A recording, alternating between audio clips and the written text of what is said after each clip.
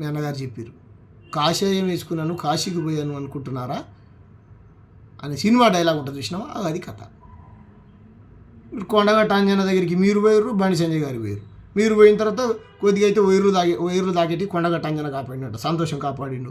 బండి సంజయ్ గారు పోయారు, కందిరీగలు పుట్టినాయి, సంతోషం దేవుడే కాపాడిండు. మేము కూడా చాలాసార్లు పోయినాం, మాకు ఏ కరెంటు వైర్లు తాగలేదు, ఏ కందిరీగలు కుట్టలేదు. మమ్మల్ని ఎందుకు కుట్టవు? ఎందుకంటే మీ దొంగ భక్తి, మాది ఒరిజినల్ భక్తి. దేవుణ్ణి రాజకీయ పార్టీల కోసం వాడుకునేది మీరు. కరెంటు వైర్లు కూడా ముస్లింలు, కందిరీగలు కూడా ముస్లింలు దొరికిందండి. పాకిస్తాన్ కందిరీగల, ఆఫ్ఘనిస్తాన్ కందిరీగల, ఇంకో కందిరీగల అని ఎంక్వైరీ చేసుకుంటున్నాం.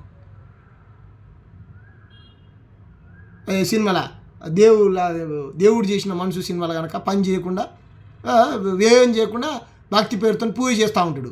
బ్రహ్మానందం దేవుడి రూపంలో వచ్చి పల్ల కొడతాడు.